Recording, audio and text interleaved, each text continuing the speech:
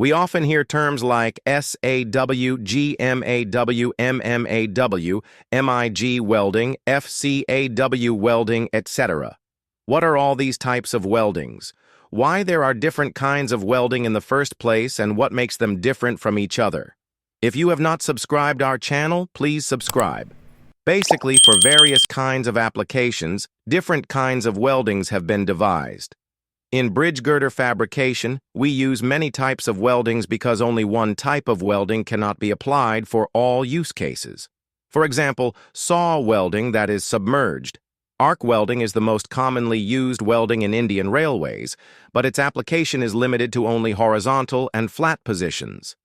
So if we want to do vertical or overhead welding, we cannot adopt SAW welding.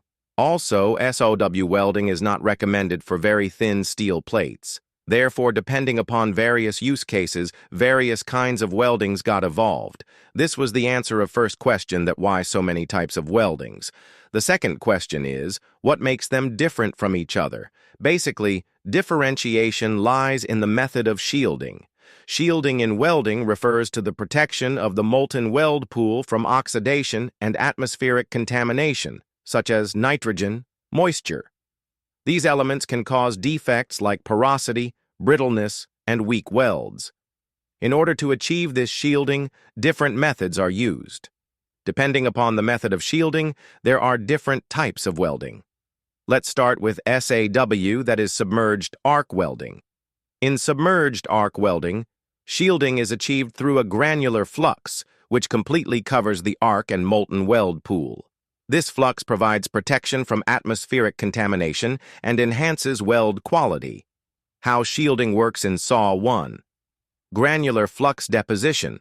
Before welding, a layer of dry granular flux is fed onto the weld area. 2.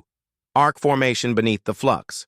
The welding wire is fed automatically, striking an arc beneath the flux layer. The arc remains completely submerged, hidden from view. 3. Flux melting and shielding. Gas formation. The intense heat from the arc melts some of the flux, generating a gas shield that protects the weld from oxygen and nitrogen. 4th, slag formation. The melted flux forms a protective slag layer over the solidifying weld, further preventing contamination. 5. Slag removal. Once the weld cools, the solidified slag can be chipped or brushed off. Next welding type is MIG, that is metal inert gas welding. This welding is also called GMAW, that is gas metal arc welding. How shielding works in GMAW 1. Gas supply from cylinder, shielding gas like argon or CO2, etc., is stored in a high-pressure cylinder and controlled by a regulator and flow meter. 2. Gas flow through welding torch. The gas is delivered through a hose to the welding torch and exits through the nozzle around the welding wire. 3. Shielding the arc and weld pool. As the arc melts the base metal and wire, the gas forms a protective atmosphere around the molten weld pool, preventing contamination. Next type of welding is FCAW, which means flux core arc welding.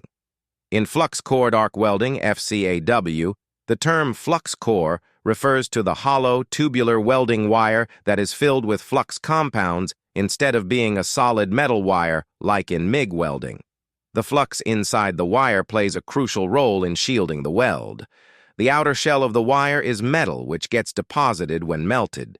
So as the electrode wire moves, the flux core is burnt and produces a continuous cloud of inert gases for shielding of molten metal. Because of this reason, this welding is preferred in somewhat windy situations like sight welding. In RDSO standard bowstring, fully welded girders, a lot of sight welding is involved. This welding is supposed to be done by FCAWG process only. In a while, we will also understand what is FCAWG welding. FCAW welding is further of two types, FCAW-S and FCAW-G. In FCAW-S, the core of the electrode burns and produces the cloud of gas. No external gas supply is given. The suffix S stands for slag. In FCAW-G, external inert gas supply is also given additionally through nozzle. so it has got additional layer of protection by external inert gas supply. Because of this reason, SAW is considered to be the best site welding technique worldwide. The next and last type of welding is SMAW, shielded metal arc welding, or stick welding. This is also called manual metal arc welding, MMAW.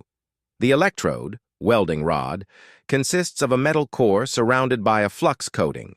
The flux coating burns and releases shielding gases like CO2, H2, and CO, creating a protective gas cloud around the molten weld pool.